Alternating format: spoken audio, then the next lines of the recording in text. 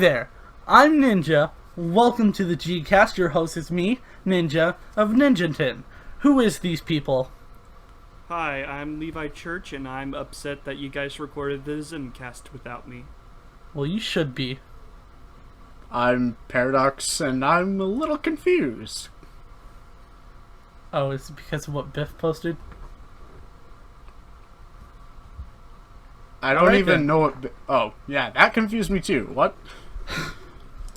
Alright then. So today we're going to do Phase 3, Part 1, Retrospective. Because Phase 3 consists of about 11 films, and we've already talked about Far From Home on another episode. Link will be somewhere. And we don't want to rush any of this, so we're cutting it in half. And we're going to stop at Thor Ragnarok. Because Black Panther onwards kind of starts like the Infinity War stuff. And that would be better for its own podcast. Yeah. So, let's get started. First up, Captain America, Civil War, based off the famous comic, Civil War. It's directed by the Russo brothers, so what do you guys think of it? Captain America Civil War is an interesting Marvel movie. Okay. I give it about a 7 out of 10. I don't think we've ever, given scores to these things. You can do what you want, though. We don't really care. I feel like Civil War is a very, it's a very fun film because I like it whenever superheroes fight each other. Yeah, that's the best part of the movie. Like, the airport scene is one of the best films best scenes in the MCU, in my opinion. Yeah, definitely one of the best fight scenes in the MCU. And we got Spider-Man. I do want to say, though, I think it was interesting that both Marvel and DC decided to have, a head-to-head superhero movie out at the same time, and only one of them did relatively well. Yeah. I think it's because Civil War was already was already rooted in the Marvel universe, and it brought up points of criticism that were brought to the MCU. Specifically, all the death that happens to the background characters. Regardless of how... And then nobody saw Batman v Superman because everybody said it was bad. Well, Batman v Superman Dawn of Justice, because for some reason they decided to tack that on in the last couple months before the movie came out. Actually, it's called Batman versus Superman Dawn of Justice. Oh, you guys pronounce it like that? I pronounce it Batman 5 Superman. Alright, next up... That was a nice kind of neckbeard impression. Alright, next up in this, since no one else has anything to say about Civil War. It was a good movie. Yeah, I like Giant Man. It's one of my personal least favorite Marvel movies, honestly, because my problem with it is that it tries to be too real and too this is just a real life thing, but it removes all the funness of comic book movies in general. It's just not my type of movie. I just prefer... My favorite Captain America movie out of the three is the First Avenger. Because that's the most, It's actually out of all surprising, because I've heard a lot of people say that they disliked the First Avenger out of the three of them. I personally like all of them, but that's an interesting contrast. I think the First Avenger is a good thing, but you can hear my opinions on that in the first episode. So next up, one of the weirdest films in the MCU, Doctor Strange. It's actually not one of the weirdest, but... No. Good segue. I love Doctor Strange. It actually took me forever to see Doctor Strange. I don't know why, but I saw it, after I saw Homecoming, I believe. I don't know why it took me so long to see Doctor Strange. I like Doctor Strange. I felt like it was weird enough to, kind of make it feel like it had value in the MCU. It did fall into the, origin side of it a bit too much. That whole trap that happens in modern superhero films, where they're all origin stories, and they're kind of basic in that way, I feel. But the ending, the fight scene between Doctor Strange and Dormammu, if you can even call it a fight scene. So it's really Dormammu, well-crafted. I've come to bargain. Yeah. Oh, all the Is 10-hour great from versions. beginning to end. Yeah, Doctor Strange for me is great from beginning to end. They did a fantastic job of showing how depressing it was for Stephen Strange whenever he got into his car crash to wreck his hands. And Yeah. then his journey from that to the Sanctum Sanctorum is also just fun to see. And that it's great whenever he finally gets there and it's like, oh, we're magicians. Well, this is sorcerers. real. And then, boom! Traveling through multiple dimensions at the speed of light. I kind of the one thing I would say I dislike is the end credit scene where they show Mordo going around and that's his name, right? Mordo. Going around and like killing other sorcerers, and it's like setting up for a sequel. But then we're getting the sequel in like 2 years from now.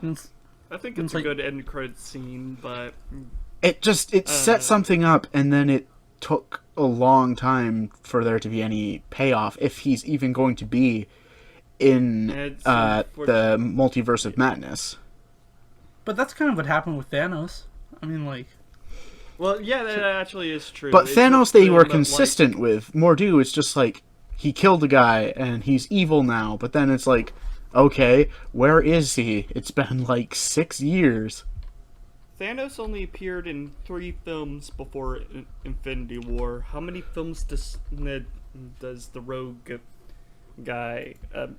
I don't think his name's Mordo. I'm trying to remember what it is. I think he is Mordo, from what I'm looking on Wikipedia. Okay, well, let's just go with Mordo then. I don't know, he's a minor villain. He doesn't need to be consistently hyped up before they get to Doctor Strange 2.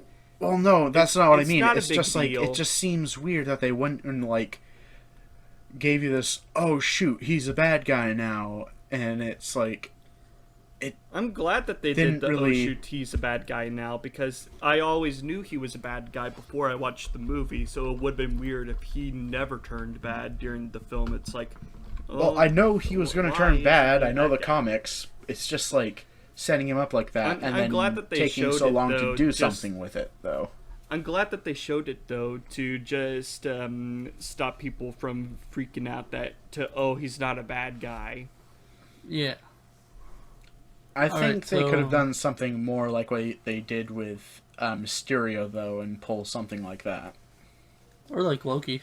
Or like Loki, maybe. So, next film, since we've kind of gone on Doctor Strange tangent. Guardians 2. One of the best movies in the entire franchise. I gotta say, at first I was underwhelmed by it, but the more I keep on looking back on it, the more I really like it. Yeah, I really like Guardians of the Galaxy 2. I've Next up, really, seen some really good like analyses of the movie, just breaking it down. It's like everybody's perspective just like makes you think a little bit more about it. Yeah. You guys should check out this one channel called Mastertainment, otherwise known as MT. He does Easter egg videos trying to find the hidden Easter egg in Guardians of the Galaxy that James Gunn keeps teasing that, oh, there's a hidden Easter egg. Nobody has been able to find it. Sounds So- like we've got a hunt to join. No, probably not. Yeah. Yep. Yeah, check out his videos. They're all great. I'll find his So, channel and put it in an iCard. So I met I met 2 of the actors at a local con. I met the guy who played Taserface. Let me look up his name. And Sean Gunn, who does who's the lieutenant, and he is the actor for Raccoon on set, Rocky Raccoon. Cool. I've Like, met the it's- voice of Squidward. Okay, you topped me. I've met the voice of Squidward and the voice of Mario in the same day. Okay, you know what? So to clarify, you don't mean Squidward as in the member of the Black Hand. You mean Squidward from SpongeBob? Already. But Guardians 2, I feel like Wait, is was it one the of Black Hand or the strongest- Black Order? I think I'm confusing it with something from... Black Order. The Black Order. I'm confusing it with something from Elder Scrolls, I think, then. They're also known as the Children of Thanos. Okay, I don't so know why I Guardians didn't just 2 say that. Guardians 2. Guardians 2 is one of the strongest films in the MCU, in my opinion. And I really feel like it's just fantastic. And the one thing I really don't like about it, though, is Baby Groot. Because... I guess. Baby Groot's great. But it's been oversaturated to the point where, like, that was ahead of all the marketing. And it's just It's like... not. It wasn't that oversaturated. Ah, It's not like to the point of like with the marketing for SpongeBob SpongeBob Water, where it's like everything they showed was just the That is true. live action You are- scenes, You are Or right about that. anything having to do with Illumination just having the minions somehow shoved into it. Okay, yeah. I just feel like, for, like, the way Marvel... Everything else Marvel is, it's a bit much for what I like. Though I do gotta say, he does have some really good moments. But I like All of his Teenage moments are Groot great. and Adult Groot way more than I like Baby Groot. Yeah. Yeah, I prefer Adult Groot too, but Baby Groot's good. Yeah, I do like the whatever you do, do not press this button. And he's about to press the button. It's like, what did I just say? Press the button. Like, I like that exchange but yeah, I think Guardians 2 is one of the best ones, and it has one of the best villains. I like Ego's emotional core there. I think it was the best Stan Lee cameo that we got. Oh yeah, Absolutely. because didn't that confirm he was like a Watcher, right? They He they was an did informant say of that the Watchers. an informant of the Watchers, but then like people were saying, nah, that doesn't make any sense. No, that's what it is. No, I know that's what it is, but there were people who disagreed with him doing that. Anyway, the Watchers will be in the What If Disney Plus series, so we'll find out. Speaking of then. which, another thing that was set up that's yet to have a payoff, Adam Warlock, Yeah. who was kind of introduced at the end, or at least he was mentioned to be He was hinted created. Yeah. Well, we were going to get that payoff next year, but now that film's been delayed for stupid reasons. Which film Already was that next- going to be? Guardians 3. Oh, right. Alright, next up, Spider-Man, Homecoming. And I forget this isn't visual. I keep on doing all the hand signals for everything. Alright. Spider-Man Um, Homecoming, when it came out, was my favorite MCU film. I loved this movie. Oh, so do I. So, I'm not sure if I like it more or not than Far From Home yet, but, you know, it's still really high up there. Spider-Man Homecoming is one of my favorite MCU films. Because I find it to be very rewatchable. Oh, definitely. And- Agreed. As a prank for I think it was my freshman homecoming at my high school, I got the whole script on my phone, and I was gonna read it. Like, just the whole thing. That never happened because my friends told me to shut up. But now every once in a while, if I'm bored, I read that script. And I can just see everything that goes on. And I think that's a testament to how well I like this film. You know. Yeah. Cool. Despite what the Raimi only fans say. But that's with everything. I don't think it's the best Spider-Man film, but I definitely think it's one of the most solid ones. And I really like about how they embrace change, and they tried to not make it feel the same. Speaking about that, quick little tangent. How do you guys feel about Spidey leaving the MCU? I'm bummed, but I'm excited. Because Sony has I already made a 20-second video about it. Then go watch that. Another Yeah. iCard. Alrighty. But Which I may or may not take down if Spidey does come back to the MCU. I feel like this film has one of the best films in all of the MCU. The Vulture may not be the strongest, but I like the story with him. Yeah, I love Michael Keaton as the Vulture. He's really good. He is intimidating, and he he's both understandable and also a good villain at the same time. He's relatable. He's a good dad, but he's also evil, and we gotta take him down. But I'm really glad that Spidey also didn't let him die like all the villains in the Iron Man movies, you know. Or one of the best moments again, Raimi movies. And one of the best moments in like the MCU is the car ride scene, where he just figures it out, and the color coordination on that's really good, and the intensity of it is way too good for what it is. Agreed. This film definitely has some of the best momentum and energy in these movies. It constantly keeps you engaged with every single scene, even whenever it's at the high school stuff. It still is funny, and you enjoy it, and you keep paying attention. You don't, and this movie never drops your attention. So, we're talking about Ragnarok. The end of the world. We're talking about Ragnarok now? Yeah, I tried to transition it with the Captain America thing. Thor Ragnarok. I really like the change in this one. It's very different from Thor the Dark World, which is my least favorite Marvel film. No Dutch angles and completely memorable. And Taika Waititi has a vision, and I'm excited to see what he's doing, because he's making Thor Love and Thunder and a movie where a kid in Germany during the Holocaust times has an imaginary Hitler friend. I just wanted to say that. Okay. Yeah, but Thor Ragnarok is another top-tier Marvel movie. Yeah, I wish they did more with Jeff Goldblum. Oh, definitely.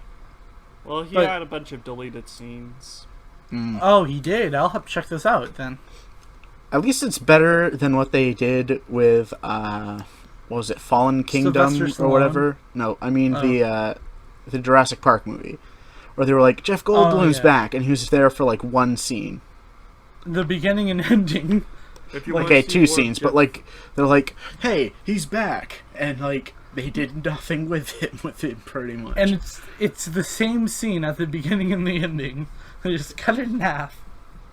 If you want to see more of Jeff Goldblum, then you can go check out his new show on Disney Plus. The I'm World excited Through for that. Jeff Goldblum. The World According to Jeff Goldblum. Sorry. I really like the Hulk's arc in this. Like, I feel like it's a really good art to have. Because this is as much as a Hulk movie as it is a Thor movie. Oh, yeah. And I feel like that's something that is tough for the MCU to do whenever they have more than one hero. And, like, try and both make them, like, four-dimensional and have, like, lots of characters. And I feel like that this movie sparks, like, the ability to do that onwards. Because after this, pretty much every film has been able to have multiple heroes and be able to flesh them out. And I feel like that this movie is a good sign, because it's also very much Taika Waititi's vision for the MCU, as it is the MCU's vision. I find it interesting that he was one of the few directors that actually played a character in these movies. Yeah. So I think it was Jon Favreau and one of the Russo brothers are the only other ones, right? That have played a character in these movies. I think it was Anthony Russo played the guy who played the first gay character in the MCU. Yeah. In the game, yeah. Yeah. And then Joe Russo made a cameo in that same scene. And of course, Jon Favreau is Happy Hogan. Yeah.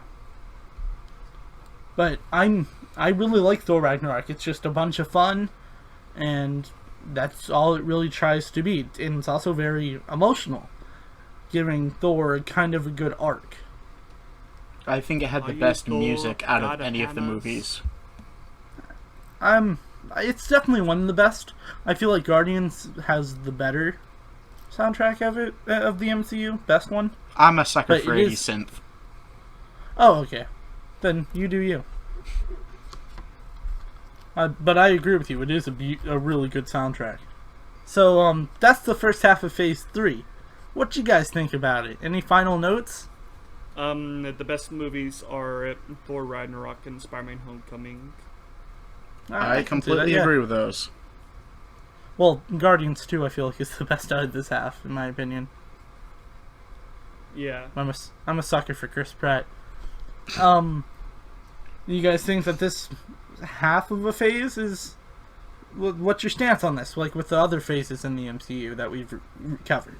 I think this already, by the time we get to Thor Ragnarok, was the best phase out of all three of the MCU. Definitely the strongest out of all of them. I feel like it's the just constantly great, fantastic film after fantastic film after fantastic film after fantastic film. There's really no bad films in this half of Phase 3. Yeah, I feel like... Oh, sorry, go ahead. I feel like that this film, if you had to tell anyone what the MCU was, these 5 films are like some of the best ways to get a taste for it. I guess, but yeah. You should really just watch Avengers first. That is true, but yeah. I was gonna say that I think it was really neat that aside from Doctor Strange, there really wasn't any origins to go through. Black Panther even was just like a continuation from Civil War. I have no problem with the origin stories, by the way. Oh no, it's not bad, but when you're constantly going from like continuing the overarching like story and then stopping to introduce a new character, it can slow it down a bit, in my opinion. I do not agree. That's why I said it's my opinion. Okay. That's fine. This is the end of the podcast. I'm Ninja. Who are you people? I'm Levi Church. Check out my channel called Levi Church. Alright. I got a series on there called the Ben 10 Guide where I talk about some of the lore of Ben 10 for newcomers to the franchise. And I got my own podcast on there also called Ben 10, the Ben 10 Podcast. What episode would you recommend they check out for first? The video I recommend people check out first is just the latest episode, the Ben 10 Guide, the pop-up trivia episode. Alrighty. Paradox? I'm Paradox. Okay. Make sure you check out Unison. Yeah, my album that came out I'm like Ninja. a week ago. You know what? I'm helping you. I'm Ninja. I know. Make sure you like this video, subscribe to the GCast channel, follow it on Twitter, but more importantly, follow me on Twitter, @xninja555. Please do it. Okay. Please. Bye, guys. Alright. Bye. Bye.